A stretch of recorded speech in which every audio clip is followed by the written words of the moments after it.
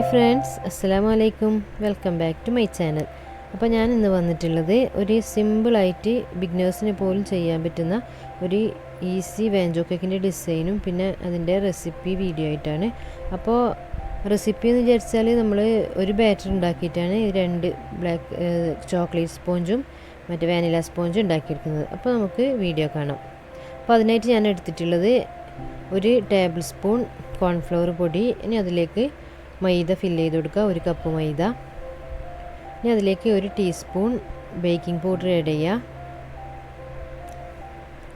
ഇനി അതിലേക്ക് തന്നെ ഒരു 1/4 ടീസ്പൂൺ ബേക്കിംഗ് സോഡയും കൂടി ആഡ് ചെയ്തിട്ട് ഒരു അരിപ്പയിലിട്ട് നന്നായി 3 തവണ മിക്സ് ചെയ്തെടുക്കാം. സോറി കേട്ടോ, 3 തവണ നല്ല രീതിയിൽ അരിച്ചെടുക്കാം കേട്ടോ. എന്നിട്ട് അരിച്ചെടുത്തതിന് ശേഷം നമുക്ക് ഒരു സൈഡിലേക്ക് മാറ്റി വെക്കാം. ഇനി ഇതിലേക്ക് 4 മുട്ടയാണ് ഞാൻ എടുത്തിട്ടുള്ളത്. അപ്പോൾ ആ 4 മുട്ട എഗ് യോക്കും എഗ് വൈറ്റും കൂടി നമുക്കൊന്ന് സെപ്പറേറ്റ് ചെയ്തെടുക്കാം. അപ്പോൾ ഇങ്ങനെ സെപ്പറേറ്റ് ചെയ്ത് കേക്ക് ഉണ്ടാക്കുമ്പോൾ കേക്കിന് നല്ലൊരു ടെക്സ്ചറും കിട്ടും. പിന്നെ നമ്മൾ സാധാരണ രീതിയിൽ ഉണ്ടാക്കുന്നതിനെക്കാട്ടി നല്ലൊരു ഹൈറ്റും കേക്കിന് കിട്ടും കേട്ടോ. അപ്പോൾ ഞാൻ സാധാരണ അങ്ങനെ ഉണ്ടാക്കാറ്.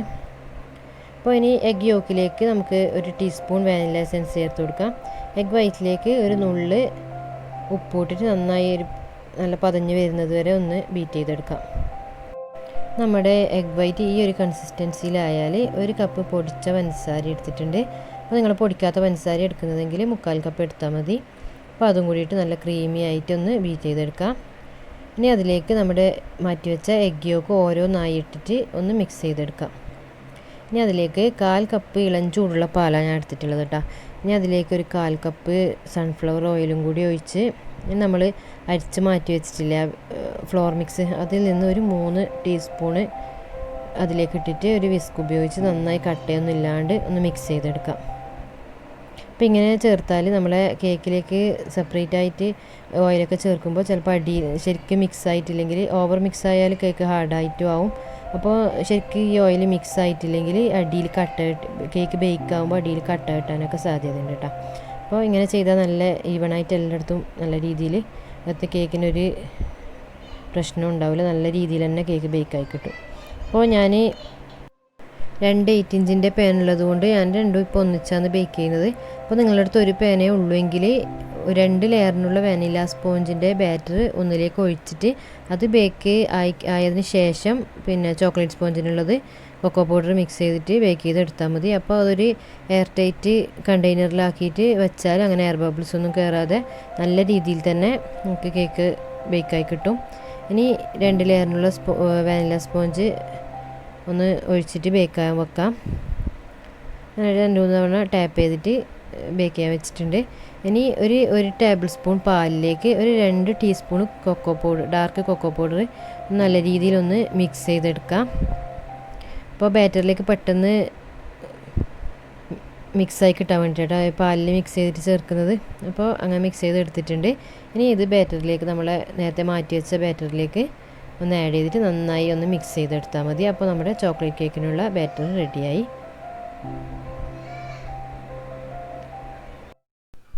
നന്നായി മിക്സ് ചെയ്യുക, എന്നിട്ട് നമുക്കതൊന്ന് ബേക്ക് ചെയ്തെടുക്കാം.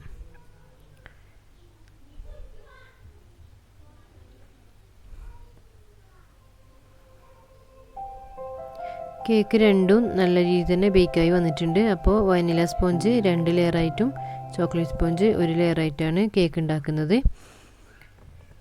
അപ്പോൾ ഇനി ടേൺടേബിളിൻ്റെ മുകളിലേക്ക് കേക്ക് ബോർഡ് വെച്ചിട്ട് അതിൻ്റെ മുകളിൽ കുറച്ച് ക്രീം അപ്ലൈ ചെയ്തിട്ട് ഫസ്റ്റ് ലെയർ കേക്ക് വെച്ച് കൊടുക്കുക. എന്നിട്ട് ഷുഗർ സിറപ്പ് വെച്ച് നന്നായി വെറ്റ് ചെയ്തതിന് ശേഷം ക്രീം വെച്ച് അതിൻ്റെ ലെയറിൽ ഫില്ലിങ്സ് നമ്മൾ ഇഷ്ടത്തിന് എന്തും ചെയ്ത് കൊടുക്കുക. ഞാൻ ഇതിൽ കുറച്ച് ചോക്കോ ചിപ്സ് ആഡ് ചെയ്ത് കൊടുക്കുന്നുണ്ട്. രണ്ടാമത്തെ ലെയർ ചോക്ലേറ്റ് സ്പോഞ്ച് വെച്ച് കൊടുത്ത് വെറ്റ് ചെയ്തതിന് ശേഷം ഇനി എല്ലാം ഓൾട്ടർനേറ്റ് ആയിട്ട് നമുക്ക് ചെയ്തെടുക്കാം.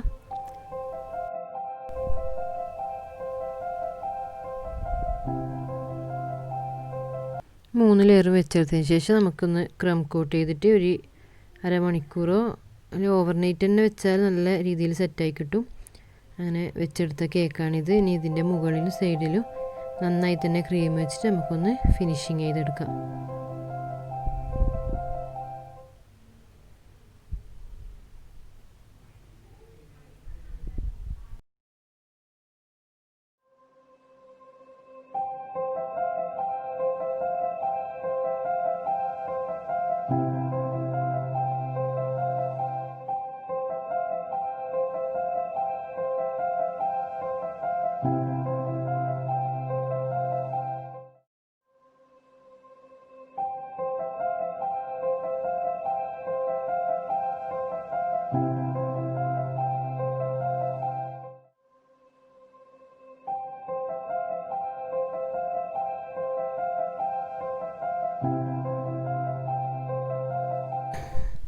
അപ്പോൾ നല്ല രീതിയിൽ തന്നെ ഒന്ന് നമുക്ക് ഫിനിഷിങ് ചെയ്തെടുക്കുക. അപ്പോൾ ഈ ഐസിങ് നൈഫും സ്ക്രേപ്പറൊക്കെ ഈ ഓരോ തവണ കേക്കിൽ ടച്ച് ചെയ്യുമ്പോഴും ഒന്ന് നനഞ്ഞ തുണിയിൽ തോർത്തിയെടുത്താൽ നമുക്ക് ഈസി ആയിട്ട് നീറ്റിൽ ഫിനിഷിങ് ചെയ്തെടുക്കാൻ പറ്റും. ഇപ്പോൾ ബിഗ്നേഴ്സൊക്കെ ആണെങ്കിൽ ഇതുപോലത്തെ ഒരു സ്ക്രേപ്പർ ആയിരിക്കും കേട്ടോ ഈസി കുറച്ചും കൂടി ഫിനിഷിങ് ചെയ്തെടുക്കാൻ വേണ്ടിയിട്ട്.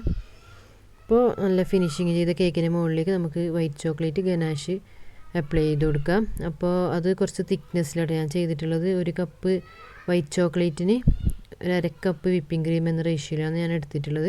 അങ്ങനെ ആകുമ്പോൾ നമുക്ക് നല്ല രീതിയിൽ തന്നെ അത് കേക്ക് ബോർഡൊന്നും അധികം വൃത്തികേടാവാണ്ട് കേക്ക് ബോർഡിലൊക്കെ ആയാൽ നീറ്റാക്കി എടുക്കാൻ വേണ്ടി കുറച്ച് സമയം എടുക്കും, കുറച്ച് ബുദ്ധിമുട്ടാണ്. അപ്പോൾ അങ്ങനെയൊന്നും ഇല്ലാണ്ട് ഇത് നല്ല രീതിയിൽ ഉണ്ടാക്കിയെടുക്കാൻ പറ്റും. നല്ല ഒരു ഡ്രിപ്പ് പോലെ നമുക്ക് നല്ല രീതിയിൽ തന്നെ കിട്ടും. ഇനി ഇതിൻ്റെ മുകളിലേക്ക് ഡാർക്ക് ചോക്ലേറ്റ് ഗനാഷ് വെച്ചിട്ട് നമുക്കൊരു ഡിസൈൻ ചെയ്തെടുക്കാം. ഡിസൈനൊക്കെ അവരവർ ഇഷ്ടത്തിന് ചെയ്തെടുക്കാം. ക്രിയേറ്റിവിറ്റിക്ക് അനുസരിച്ചിട്ട് ഏത് ഡിസൈൻ വേണമെങ്കിലും ചെയ്യാം. ഇനി ഒരു ടൂത്ത് പിക്ക് ഉപയോഗിച്ചിട്ട് ഇങ്ങനെ ഒരു ഡിസൈൻ കൊടുക്കുന്നുണ്ട്. അപ്പോൾ ഈ കേക്ക് ഇനി ഒരു അരമണിക്കൂർ ഫ്രിഡ്ജിൽ വെച്ചൊന്ന് സെറ്റാകാൻ വേണ്ടിയിട്ട് വെക്കുക, ഗനാഷൊക്കെ ഒന്ന് സെറ്റാവാൻ വേണ്ടിയിട്ട്.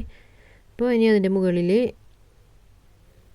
സെറ്റായ ശേഷം അതിൻ്റെ മുകളിൽ റോസറ്റോ ഫ്ലവർ വെച്ച് നോസിൽ വെച്ചിട്ട് കുറച്ച് ഫ്ലവർ വരച്ച് കൊടുക്കുന്നുണ്ട്. അപ്പോൾ സെറ്റായാൽ മാത്രമേ വരച്ച് കൊടുക്കാൻ പറ്റൂ കേട്ടോ. അപ്പോൾ ഈ ഗനാഷ് ഒഴിച്ചപാട് ഗനാഷ് ഒരു ഫ്ലോയിങ് ആയിട്ട് ഒലിച്ച് പോകുമ്പോൾ ഈ ഫ്ലവേഴ്സും അതിൻ്റെ കൂടെ തന്നെ ഒലിച്ചിറങ്ങും. അപ്പോൾ സെൻറ്ററിലായിട്ട് ഫ്ലവേഴ്സ് വെച്ച് കൊടുത്തിട്ടുണ്ട്. ഇനി ഇതുപോലത്തെ ചോക്ലേറ്റ് ഡിസൈൻസ് ഉണ്ടാക്കി എടുത്തിട്ടുണ്ട്. അതും കൂടി ഒന്ന് സൈഡ്സിൽ കുത്തി വെച്ച് കൊടുക്കാം.